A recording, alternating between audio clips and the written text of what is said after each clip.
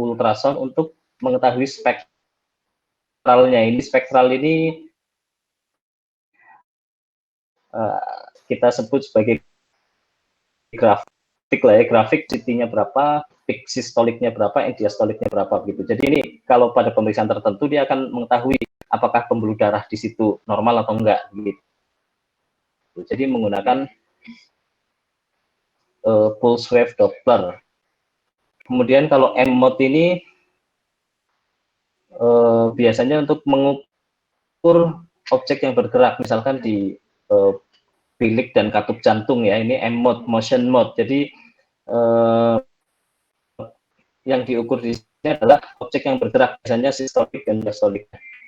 Nah, kemudian untuk yang 3D 4D imaging, nah ini yang mungkin cukup familiar ya teman-teman. Jadi untuk melihat gambaran 4 dimensi muka bayi begitu ya, ini banyak yang mungkin sudah familiar. Ya, ini salah satu mode yang cukup banyak dipakai juga, karena memang sebagian besar pengguna USG adalah dokter obstetri dan ginekologi.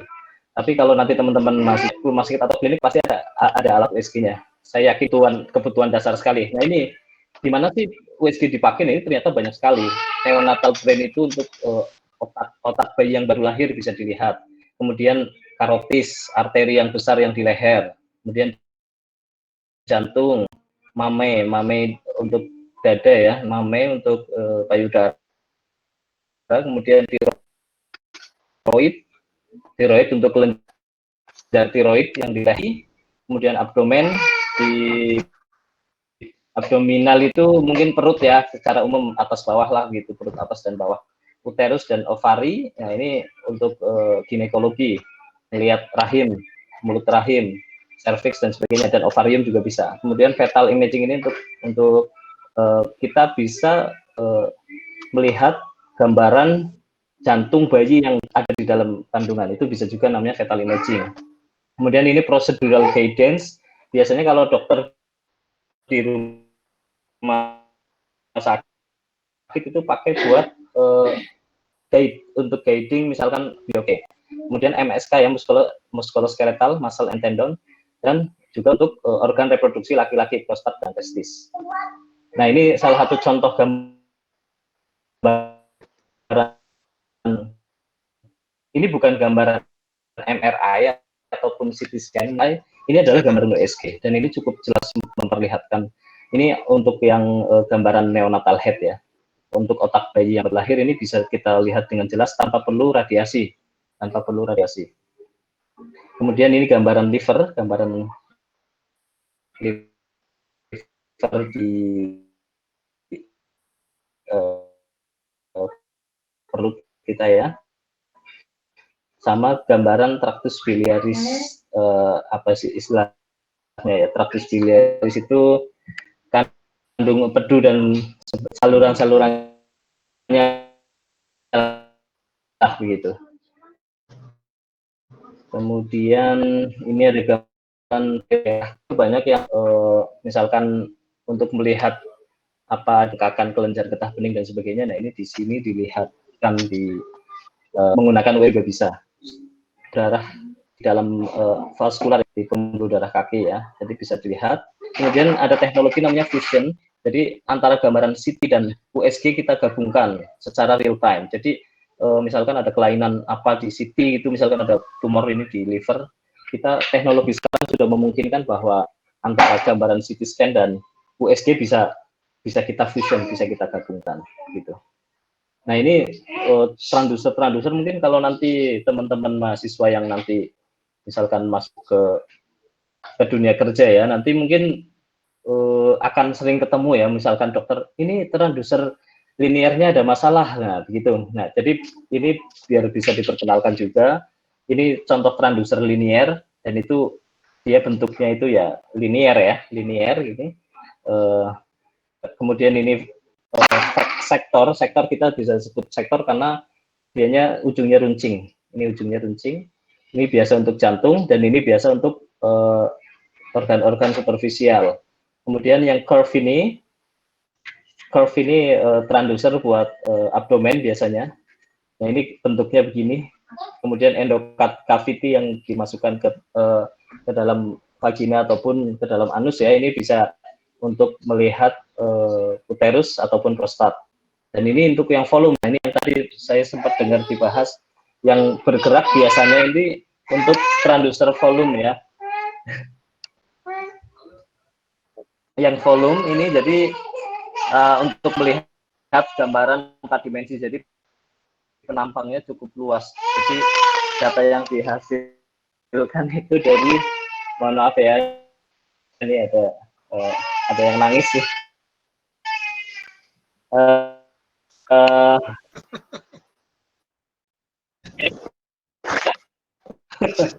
Digendong dulu Mas.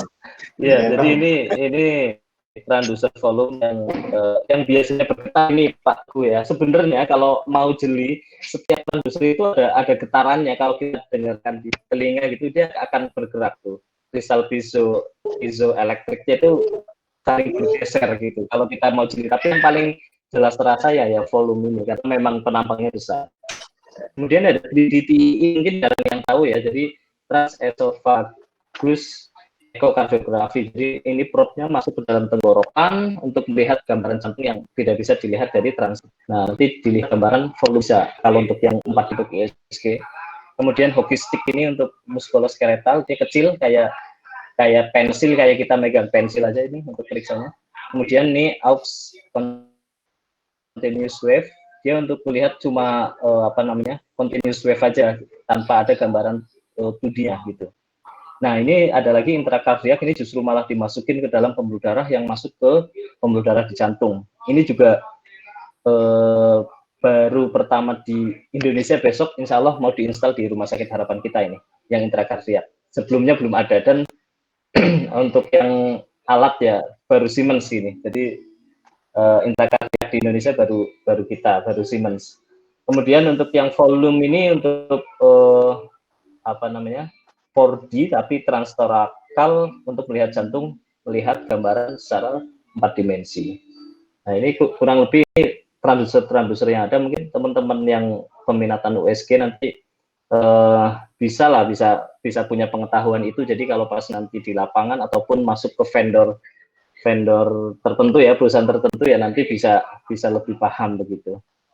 Dan ada satu lagi, sekarang udah menjadi tren di dunia USG itu menggunakan wireless transducer, jadi tanpa kabel. Dan ini sekarang cukup praktis, tinggal nyalain kemudian periksa tanpa perlu ribet ke kabelnya yang ribet begitu ya. Jadi kebanyakan dipakainya di ruang operasi gitu. Nah, ini dalam sebuah rumah sakit ini kan ada banyak ini ya, bagian-bagian poliklinik ataupun ruang-ruangan, dan semuanya itu tercover. Artinya USG itu semuanya bisa mengcover pemeriksaan di semua bagian ini, baik itu anestesi, baik itu women's health, kardiologi, muskuloskeletal, bahkan klinik-klinik kecil pun USG menjadi modalitas awal ya, untuk screening awal. Jadi kalau nanti teman-teman ATEM yang mengambil misalkan karya tulis USG ya, nanti mudah-mudahan akan lebih gampang ya, maksudnya akan lebih punya pengetahuan yang lebih lah untuk setelah lulus misalkan masuk ke lapangan gitu. Karena cukup menarik juga ya, jadi nanti kalau udah di rumah sakit gitu kan, apalagi udah paham tentang USG, maksudnya tentang secara engineer-nya lah, secara teknisinya gitu, ditambah lagi dengan pengetahuan ini begitu, nanti bisa cukup membantu begitu ya. Nah, ini saya sekedar mengulang yang tadi sih ini. Kemudian ada yang penasaran atau enggak kira-kira bagaimana sih cara pengambilan gambarnya? Jadi ini USG itu yang paling mudah, paling murah, tanpa resiko, istilah gambarnya gitu, dibandingkan dengan modalitas lain yang ada radiasi, terus biayanya mahal dan tidak real time. Kalau USG ini real time. Jadi mungkin udah pernah lihat sebelumnya ya. Jadi ini sonografernya, kemudian akan cukup menambahkan gel di probe-nya, kemudian tinggal di scan dan akan muncul secara real time. Nah ini sih penjelasan umumnya aja ya gitu. Dan ini USG tersebut juga bisa dipadukan dengan modalitas lain seperti angiografi, mamografi, CT, X-ray maupun MRI yang sudah tadi saya bahas ya.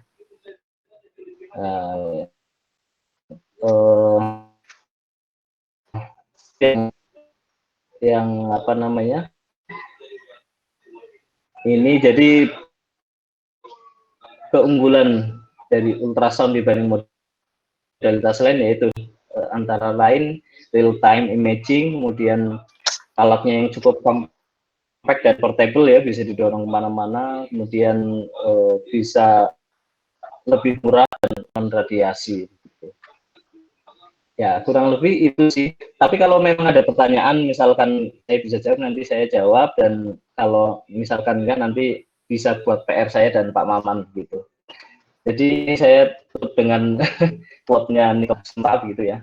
Berpikirlah pada term of energy. Jadi pada hal-hal tentang energi, frekuensi, dan vibrasi. Jadi Nikola Tesla ini kan salah satu ilmuwan yang cukup tersohor ya di dunia. Jadi kita semua dari teman-teman atom ataupun dari saya dari radiografer dan sonografer itu ya salah satu pihak yang sedang pingin menguasai, bukan menguasai, pingin menguak misteri di alam semesta ini. Itu sih. Ya, mungkin cukup sekian gitu, saya jadi kemana-mana bahasnya ya. Kalau ada pertanyaan dipersilakan. Baik, terima kasih Pak Barkah atas presentasinya gitu ya. Nah, sekarang kan kelihatan ya, siapa kemarin ya, Cak. Kalau kemarin cuma dibahas bahwa USG itu cuma punya mode A, mode B dengan mode M gitu ya. Ternyata modenya banyak gitu ya. Kemudian juga transdusernya bukan sekedar linear sama apa tadi convex aja gitu ya. Banyak transdusernya gitu. Nah, dari gambaran ini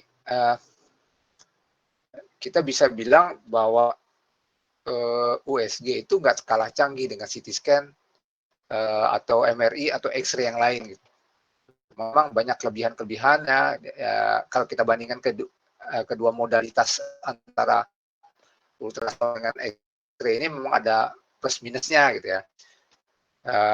Tapi tidak bisa saling menggantikan, ingat ya. Saya pernah sampaikan CT dengan MRI itu tidak bisa saling menggantikan. Sama juga dengan USG juga tidak bisa saling menggantikan, tapi komplementari ya, saling melengkapi gitu ya, saling melengkapi. Gitu. Baik, nah dari penjelasan Pak Barkah tadi mungkin yang tertarik dengan USG ada pertanyaan atau gimana? Silakan. Kalau di rumah kan kalau berisik-berisik udah shut your mouth. Kalau di sini don't shut your mouth. Ya, dipersilakan adik-adik semua, adik-adik teman-teman semua.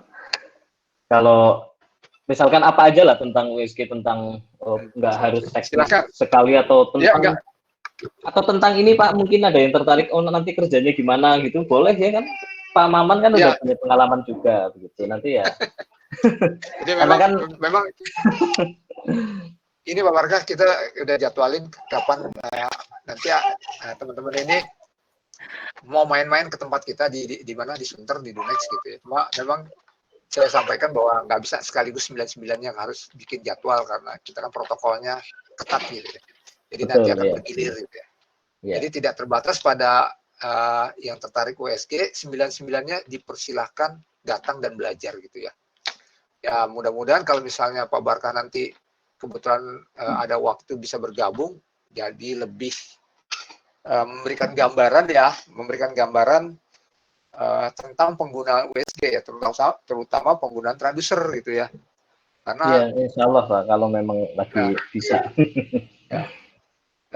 Penggunaan transducer di USG ini kita kalau kerja dengan X-ray itu foto toraks suruh berdiri, tembak langsung gambar jadi gitu ya. Di USG ini penggunaan transducer itu adalah keahlian ya, apa ya ya gitu ya Pak Barka ya, mungkin keahlian apa sih namanya ya. Ya, betul. Skill, Pak. Ya, skill lah. Nah, skillnya itu boleh dibilang tinggi gitu ya. Jadi salah posisi, salah arah, gambarnya beda gitu. Betul, ya. Jadi kalau misalnya mau gambar jantung, transducer di kiri, dia malah mungkin dapatnya yang lain, ke kanan dapatnya yang lain gitu. Nah itu skillnya itu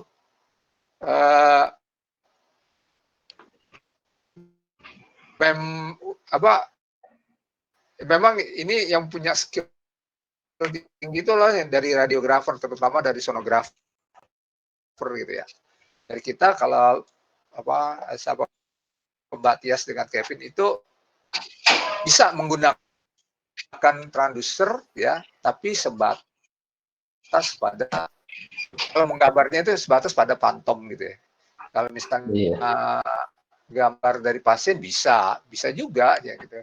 Cuma tidak mungkin gambar yang dihasilkan tidak sebabnya skill pengguna transducer ini. Gitu. Informasi tambahan aja. Jadi saya beberapa kali punya teman aplikasi spesialis USG itu dari teman-teman Atom gitu. Jadi tidak menutup kemungkinan juga dari teman-teman misalkan nggak mau kerja di rumah sakit, mau ke vendor tapi nggak jadi teknisi, bisa ada beberapa teman yang basicnya itu Atom, tapi mereka akhirnya menjadi aplikasi spesialis karena memang semuanya bisa dipelajari. Gitu. Ya, betul. Semuanya bisa dipelajari dan Tias berminat harus biasa. Mbak Tias mungkin berminat. Oh iya, Tias berminat. Beberapa kali menggantikan aplikasi kok Pak. Jadi ke rumah sakit tertentu ada persoalan aplikasi ya Tias yang sudah bisa handle kok. Jadi bisa saling melengkapi lah. Iya, jadi kalau kalau ada lowongan aplikasi kasih Tias aja, tapi nanti yang sekarang. Kalau sekarang nanti Pak Maman nangis, Pak. Jangan nanti. Oh iya, nanti saya nangis ngomong. Pak, ini tadi yang pertanyaan Pak Teguh tuh yang masalah satuan itu sama kok Pak, cuma beda istilah. Oh iya benar Pak Maman berarti kayak milih seafood sama milih grey Pak. Tapi itu pengucapannya apa Kevin yang itu terakhir? Apa? Aku sih nggak tahu dia tulisannya MRL gitu, nggak tahu udah bacanya gimana. Cuma dari rumusnya sih sama. Iya. Satuannya sama sih, di ininya udah berubah gitu. Pas aku hitung sama. Cuma beda istilah sih. Beda satuan sih sebenarnya, cuma beda nama, cuma satuannya sama. Kalau di untuk perhitungan itu nanti hasilnya sama. Ya. Tergantung mau pakai yang mana sih sebenarnya. Gray dengan Sievert itu cuma beda perbandingan 0,97 sekian dianggap satu. Gitu. Halo. Uhuy. Pada diem semua nih, macam kita doang nih yang Ini antara bingung apa nggak tahu nggak gimana, nggak jelas Pak. Ayo merasa gitu. Mereka bangga Pak dapat ini ekspertis luar biasa nih dari Simon semua. Apa kaget ya? Selama ini bilang USG segitu doang gitu. Kaget ya begitu jelasin ya. Belum dalam ya. Kita masih kulit ini belum ke dalam ini. Jangan. Ini kalau boleh tahu mahasiswa tingkat berapa ya? Semester berapa? 5. Oh, lagi nyusun KTA berarti ya? Ini kan dari D4 gitu. Jadi ini persiapan untuk tahun depan untuk tugas akhir. Oke. Jadi kan radiologi itu momok Pak. Gimana mahasiswa radiologi itu kan momoknya mahasiswa Pak. Iya betul Pak. Jadi kita tantang siapa yang mau ngambil radiologi ya mulai dari sekarang gitu. Ternyata ada 9 orang nih yang tertarik nih. Tadi 10, yang satu mengundurkan diri. Radiologinya itu khusus X-ray apa USG atau semuanya Pak? Semuanya. Oh semuanya. Jadi kita di grup ini belajar semuanya nanti. Jadi nanti putusin sendiri mau kemana gitu. Oh iya. Ya ada kemungkinan kalau nanti kalau nanti ada yang USG bisa ngubungin selain Tias Kevin bisa chat Pak Barkah untuk apa sih tambahan masukan lah gitu ya. Ica, Ya, tapi kalau bahas sport ya saya nggak tahu, Pak. ya paling tidak Paman yang bilang.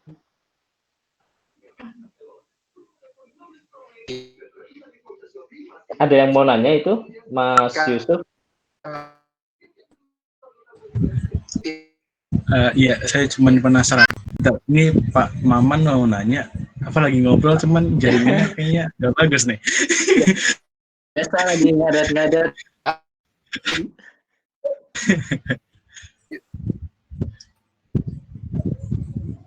Apa lanjut aja kalau mau nanya. Oke, sebentar. Pak Ahmadnya lagi ngobrol. Oke. Iya. Hilang-hilang Pak. Kok jadi Pak Maman saya jaringannya bagus. Jadi saya mau nanya Pak. Jadi tadi kan disebut ada yang namanya orang ya. Gimana? Oke. Jadi kan tadi kan Bapak kan ada bilang aplikasi ya Pak ya, orang aplikasi. Nah, jadi install alat doang atau gimana Pak? Urusannya udah Kevin dengan siapa Kali Pak. Mungkin bedanya ini kali Pak, kan ada namanya aplikan, ada produk spesialis gitu. Nah gitu Pak Barkah, atau Pak Barkah ini? Oh iya. Oh iya, boleh. Jadi kalau aplikan itu kalau di kita ya, kalau di USG biasanya itu jadi kita di bawah sales karena kita demo itu ya trial alat dulu ke user, ke dokter, kemudian setelah pembelian baru kita training juga cara penggunaan alat aja. Jadi yang install itu dari teknisi. Kemudian kalau troubleshooting troubleshootingnya kalau soal aplikasi biasanya dari aplikan, tapi kalau ternyata tentang hardware, tentang teknis gitu, ya dari teknisi begitu sih. Jadi cara penggunaan aja gitu, Mas Yusuf. Kalau produk spesialis ya dia lebih kejualan tentang produknya apa gitu sih. Oke, jadi ada saut pautnya nggak sih Pak, atau ada mungkin challenge yang mana dia itu ngurusin kayak bagian-bagian software untuk iya itu. Iya, kita kalau untuk update software dan sebagainya ada ya dari kita juga itu. Jadi aplikasi lah, kayak aplikasi di handphone gitu. Jadi aplikan itu ya bagaimana cara menggunakan handphonenya, cara menggunakan aplikasi yang ada di HP itu gitu. Istilah gampangnya gitu sih. Tapi kalau ada kerusakan HP ya dibawa ke teknisi kan gitu. Kayak gitu sih analoginya gitu. Jangan-jangan tertarik nih Mas Yusuf nih. Sempat dengar-dengar aja sih Pak. Jadi ada ya saya kan punya channel gitu Pak. Jadi saya sempat nanya sih gimana sih kalau kerja di PT gitu. Oh kalau di PT itu ada yang service, juga ada aplikan. Oh aplikan tuh apa? Nah jadi itu ada apa ya, kayak ngeganjel gitu, aplikan tuh cuman install alat doang atau emang gimana, atau kita juga ngurusin si softwarenya sendiri, karena kan kalau software sendiri kan lebih ke IT gitu kan. Nah jadi saya jadi mulai sekarang jangan ganjel lagi Mas, udah sekarang diplongin aja ya. Jadi kalau jadi gini iya. Itu ntar juga tergantung atasannya. Kalau mau gampangnya gini, Yusuf, kalau aplikan tuh guru ya. Jadi kalau nanti Pak Yusuf ini kerja di rumah sakit beli USG, kan teknisnya masang, bro, dipasang di rumah sakit. Nah sekarang Pak Yusuf ini pakai alat ini gimana caranya gitu, harus ada yang ngajarin kan tentang penggunaan penggunaan transdusernya, jenis-jenis transdusernya, kemudian juga aplikasi pemeriksaannya, misalnya untuk jantung, untuk apa tadi seperti untuk neonatal lah segala macam, itu harus ada yang ngajarin. Nah itu tugasnya para aplikan ini, para sonografer, kalau di ultrasound ini namanya sonografer gitu ya. Kalau X-ray kan radiografer ya. Kalau di ultrasound namanya sonografer. Nah dia tugasnya itu untuk memberikan arahan pengajaran tentang penggunaan alat itu sendiri dan software-software yang ada di alat tersebut gitu. Nah, kalau nanti tadi dibilang software itu ke IT, enggak juga gitu ya.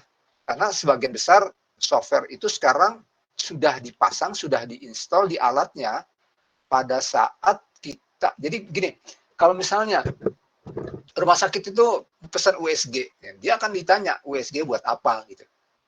Radiologi, ginekologi, atau yang lain gitu ya. Oke lah, misalnya dia dipilih untuk biologi gitu. Nah, itu akan dipasang semua software-software yang related ke radiologi gitu. Jadi nanti aplikasinya akan memberikan pengajaran gitu ya yang berkaitan dengan software-software tersebut gitu. Nah, itu. Jadi jangan dibayangkan kalau softwarenya itu IT, enggak juga gitu. Nah, kalau misalnya teknisi, ya itu tadi instalasi, perbaikan, perawatan ya. Dan juga install software gitu ya. Install software misalnya gini, softwarenya tiba-tiba software di alat USG itu crash, alatnya nggak bisa dipakai. Nah, itu tugasnya teknisi untuk mereinstall software, keseluruhan software yang ada di mana di alat tersebut ya, terutama software sistem operatingnya dan segala macamnya gitu.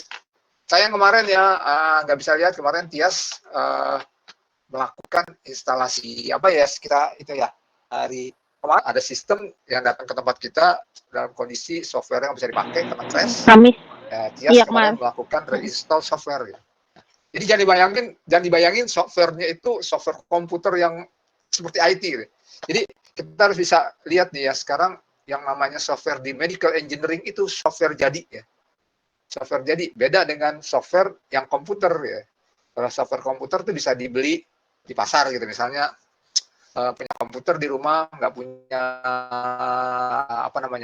misalnya PowerPoint misalnya nggak punya, itu dipasangin gitu, nggak bisa. Jadi nggak kayak gitu. Jadi software untuk medical engineering ini adalah software yang dedicated yang nggak bisa dibeli di pasaran gitu.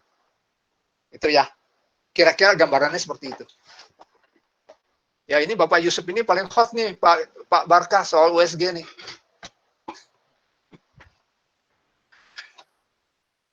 Oke. Iya betul Pak, betul. Yang lain mana ya ini yang lain? Saya pengen Siapa tanya. nih? Rafika. Ya. Ya Pak, Gimana? saya mau nanya Pak, bedanya continuous wave sama pulse wave apa Pak? Oh iya, saya yang jawab atau Pak Maman? Silakan, Pak.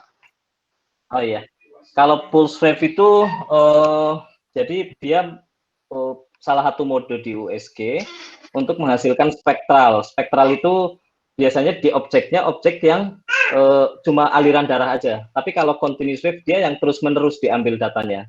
Makanya disebut continuous wave, gelombang yang terus-menerus. Biasanya aplikasi continuous wave itu cuma ada di untuk mengukur di katup jantung aja. Jadi kalau untuk di tempat lain biasanya cuma pakai pulse wave. Karena katup jantung itu objek yang bergerak cukup cepat dan dihasilkan dan di situ akan dihasilkan dari flow-nya, kecepatannya, terus velocity-nya, peak-nya seberapa dan sebagainya begitu. Jadi continuous wave itu mode yang sangat spesial lah gitu. Cuma dipakai untuk katup jantung aja begitu. Kalau untuk pembuluh darah secara umum pakai pulse wave gitu. Paham atau gimana Mbak? Rafika, gimana? Iya Pak, paham Pak. Paham ya? Pak. Jangan salah lagi ya. Nanti presentasi next jangan ada yang salah ya USG ya. Jangan dangkal-dangkal. Kita presentasinya USG kapan? Siapa namanya? Ica. Saya mau undang Pak Barka biar tahu juga nih apa yang diomongin nih hari ini masuk di ininya nggak gitu ya, terserap apa enggak gitu. Oke Pak. Ada lagi yang mau ditanya? Ini yang lain kemana nih? Mayang, Afifah, siapa lagi nih? Ini namanya kok saya nggak kelihatan. Joriatun pada diem aja nih. Jangan, kan sudah bilang ya, jangan mentang-mentang tertariknya bukan USG, terus udah biarin aja, bukan urusan gua gitu ya. Rugi sendiri nanti. Pak, saya mau nanya lagi satu. Ya, jadi kalau gimana sih Pak? Kan jadi itu di USG itu ada yang namanya yang membuat transvaginal. Nah, kemarin juga ada temen yang nanya gitu kan, karena kami sempat buat rapat internal gitu kan. Jadi buat persiapan sebelum presentasi kita presentasi dulu. Nah, terus ada yang nanya cara penggunaan dari transvaginal itu kayak gimana sih Pak? Pak Barkang nih kayaknya lebih cocok itu. Jadi sebenarnya itu salah satu jenis transducernya itu transducer endocavity. Endo itu dalam, cavity itu cavum. Artinya rongga. Jadi transducer yang bisa masuk ke dalam rongga tubuh. Ada dua biasanya. Yang pertama untuk transvaginal, itu ya dari bentuk transducernya kan dia memanjang ya dengan ujung yang tumpul gitu. Jadi itu biasa aplikasinya untuk pemeriksaan ginekologi ataupun obstetri. Nah, kemudian ada namanya transvaginal, itu biasanya untuk melihat prostat bahwa di belakang prostat gitu. Jadi istilah umumnya itu transducer endocavity, yang transducer yang masuk ke dalam rongga gitu. Jadi penggunaannya memang dimasukin ke dalam dan itu akan lebih jelas gambarannya dibanding dengan transabdominal yang cuma nempel di kulit gitu. Karena banyak faktor ya yang menentukan lah begitu. Jadi kapan itu dipakai ya kalau memang dari transabdominal dari atas itu nggak kelihatan tapi harus dimasukin ke dalam vagina ataupun ke dalam anus gitu. Gitu. Terus Pak, misalkan dia kan dimasukin ke dalam, terus dia biar menghasilkan gelombangnya, menghasilkan ekonya itu gimana Pak? Kan dia nggak bersentuhan langsung dong. Justru bersentuhan langsung kan. Jadi istilah bersentuhan itu kan jadi dari ujung transducer itu ya kalau di dalam rongga kan dia juga di sana ada cairan. Justru USG bagusnya dengan cairan gitu. Kalau lebih jelasnya kalau untuk yang ginekologi misalkan di dokter kandungan ya, jadi kan pakai transducer transvaginal. Nah itu transducernya nanti dikasih jelly, kemudian ditaruh kondom, kemudian dimasukin ke dalam vagina dan itu akan jelas gambarannya. Justru itu di sana di sana kan ada jaringan istilahnya ya ada jaringan kulit juga gitu, ya tetap nempel gitu. Jadi bukan berarti harus nempel kulit ya, artinya ya nempel ke objek gitu. Kalau di jantung TI itu nanti masuk ke dalam lewat mulut, nanti masuk ke tenggorokan sini ke kerongkongan, masuk ke esofagus. Di esofagus kan di situ juga adanya istilahnya ya rongga juga kan, di situ juga ada cairan gitu. USG akan sangat bagus kalau ada media cairan gitu. Justru gambarnya akan lebih jelas gitu. Ya memang bagi sebagian orang ya akan terasa membayangkan juga akan bingung juga sih gitu. Tapi kalau mungkin udah masuk ke lapangan ataupun udah pernah melihat sekali ya nanti akan paham juga gitu cara kerjanya. Mungkin ada lagi teman-teman?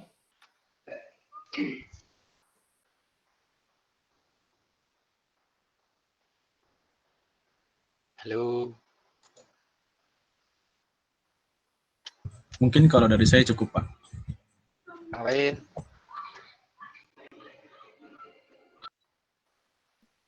Pak, saya mau nanya terakhir, Bapak. Gak usah terakhir lah, kalau ada lagi nggak apa-apa, sampai pagi ya kita tungguin. Pak, saya mau nanya, Pak. Kan di USG itu ada yang namanya time gain compensation. Nah, fungsinya tuh buat apa sih, Pak? TGC ya, jadi itu TGC itu time gain compensation. Itu Mbaknya bacanya di mana? Saya balik nanya dulu ya. Bacanya di bagian apa dulu itu? TGC itu? Di receiver. Di receivernya. Nah ini berarti mungkin yang jelasin Tias ini, karena kalau aku dari aplikasinya ada TGC itu, jadi kalau saya itu penggunaannya ya diatur di tombol begitu. Tapi kalau untuk secara teknis mungkin Tias boleh menjawab, atau Kevin ya, silakan. Ya, Pak Barka mau nanya dulu. TGC sama DGC apa ya? Ya, kalau TGC itu time gain compensation, kalau DGC itu depth, jadi berdasarkan dari kedalaman. Nggak masalah. Ya. Tapi sebenarnya aplikasinya kalau nanti di aplikasi itu sama kurang lebih. Sama ya. Cuma ya. kalau di receiver aku nggak tahu makanya. Misalnya ada istilahnya DGC juga gitu. Jadi aku make sure aja mau Pak Barka, takutnya salah ini ntar. Oh iya. Sebenarnya ini kalau yang TGC itu jadi kan tadi kan gelombang itu ada yang dipantulkan langsung, nah ada yang diserapkan. Nah, yang diserap terus dipantulkan lagi. Nah, kalau dipikir pasti gelombang pantulnya itu makin kecil kan. Itu intinya itu ya buat kuatkan lagi itu biar hasilnya bagus gitu. Jadi itu time gain compensation gitu. Jadi nanti interval dari itu sesuai lah dia jadinya gitu. Jadi yang berkurang gitu. Intinya sih begitu. Paham nggak? Apa kurang nggak? Amplifier jadinya sebagai amplifier untuk tadi gelombang yang dikembalikan yang sudah terserap kesekian ya, lapisan saya ya. Coba carinya ada nggak ya?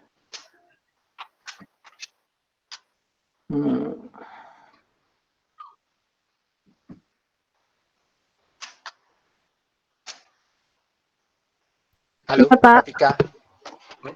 Sudah menjawab atau belum? Berarti soalnya dari referensi yang saya baca ya Pak, time gain compensation itu buat ini apa biar gambarnya itu seragam gitu.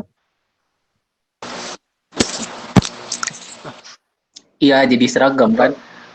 Saya ada gambar sih tadi, tapi saya cari dulu mana ya. Jadi kalau dia nggak pakai TGC itu, kalau dari segi aplikasi gimana tuh Pak Barka? Dia gambarnya jadi nggak seragam gitu ya, di atasnya hitam malah di bawahnya lebih putih gitu ya Pak Barka ya? Jadi ada namanya near field itu yang paling dekat dengan transducer, far field itu yang paling jauh. Nah itu jadi intensitas gelombang yang dihasilkan kan semakin bawah, semakin ke dalam kan dia akan atenuasi ya, semakin sedikit. Nah karena semakin sedikit itu, biar kita mendapatkan gambaran yang bagus, di bagian yang far field-nya kita mesti ditambah juga, dikompensasi juga gitu.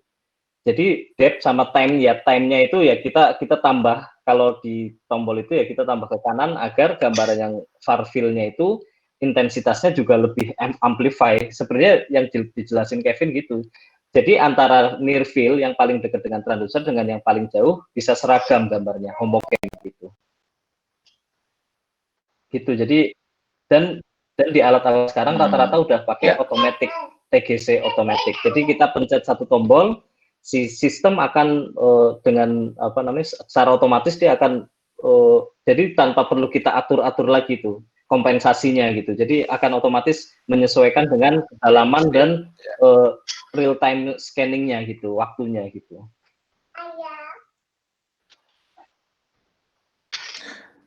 Ya, kenapa itu gambar harus seragam gitu ya?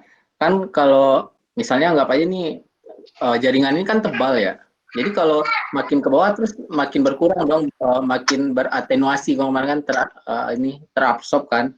Nah jadi kalau itu nggak pakai DGC, nanti kan sinyal yang diterima itu kecil, sehingga nanti hasilnya kan sehingga hasilnya itu warnanya itu nggak lebih cerah aja gitu, nggak lebih gelap gitu. Ya, buat keseragaman sih bener.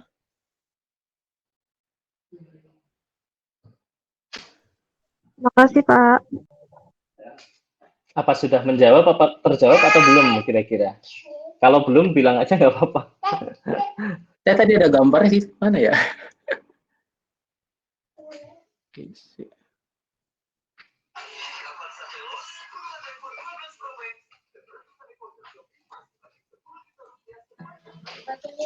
Sebenarnya Cuma image processing aja ya TGO itu ya, Mas Kevin. Gimana Pak? Cuma processing displaynya aja kan ya, biar seragaman dari permukaan sampai ke kedalaman. Iya, itu udah kayak di software sih pakainya kan, pas diterima gitu, ntar dia ada waktu kan dia ada rumus-rumusnya juga tuh. Ya. Kenapa dia bisa menghasilkan segitu? Jadi waktu dia menerima sama ininya pengukurannya, jadi ntar bisa Ya, oke. ya tuh Afrika, kalau emang tertarik TGC bisa belajar tentang rangkaian TGC-nya gimana tuh, bisa jadi bahan untuk tugas akhirnya tuh.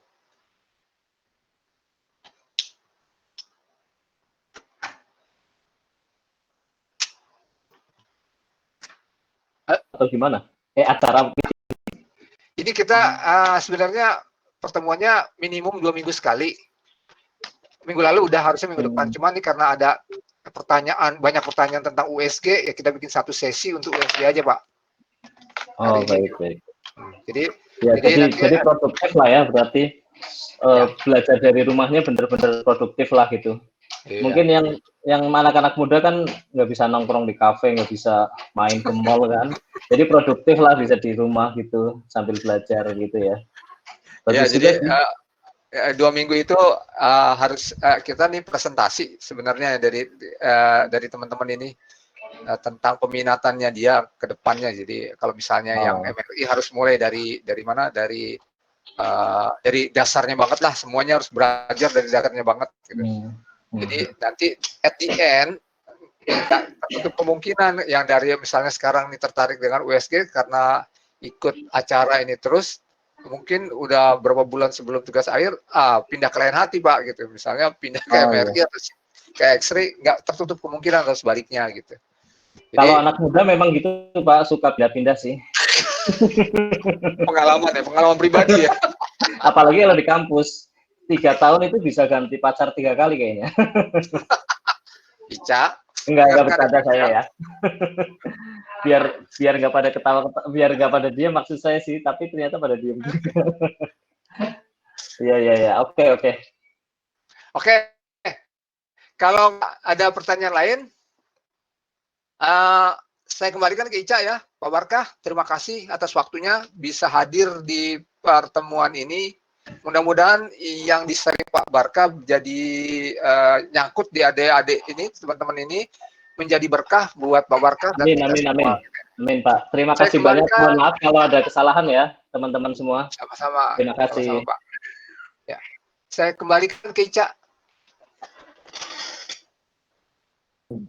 Maaf Pak, Icanya nggak ada sinyal Pak. Oh, ini ada. Kok tumben Ica nggak ada sinyal? Nah. Oke. Baik, terima kasih. Udah ada. Ya Ica, saya kembalikan ke kamu Cak. Udah ada Pak.